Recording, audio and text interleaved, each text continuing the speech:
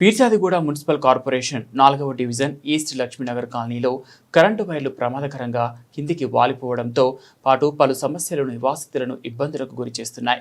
స్థానికులు ఈ విషయాన్ని కాంగ్రెస్ పార్టీ మున్సిపల్ కార్పొరేషన్ అధ్యక్షులు తుంగతుర్తి రవి గారికి తెలియజేయగా ఆయన వెంటనే స్థలాన్ని సందర్శించి సమస్యలను తెలుసుకొని సంబంధిత అధికారులను పిలిపించి ప్రజలకు మరియు రాబోయే వినాయక నవరాత్రి ఉత్సవాలలో ఎలాంటి సమస్యలు కలగకుండా పనులు పూర్తి చేయాలని, అలాగే పెండింగ్లో ఉన్న రోడ్ల గురించి మాట్లాడి త్వరలో పూర్తి చేయాలన్నారు.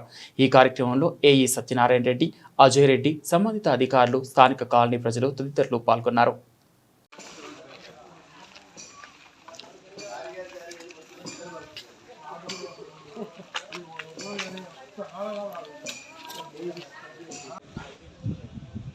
వాటితో కూడా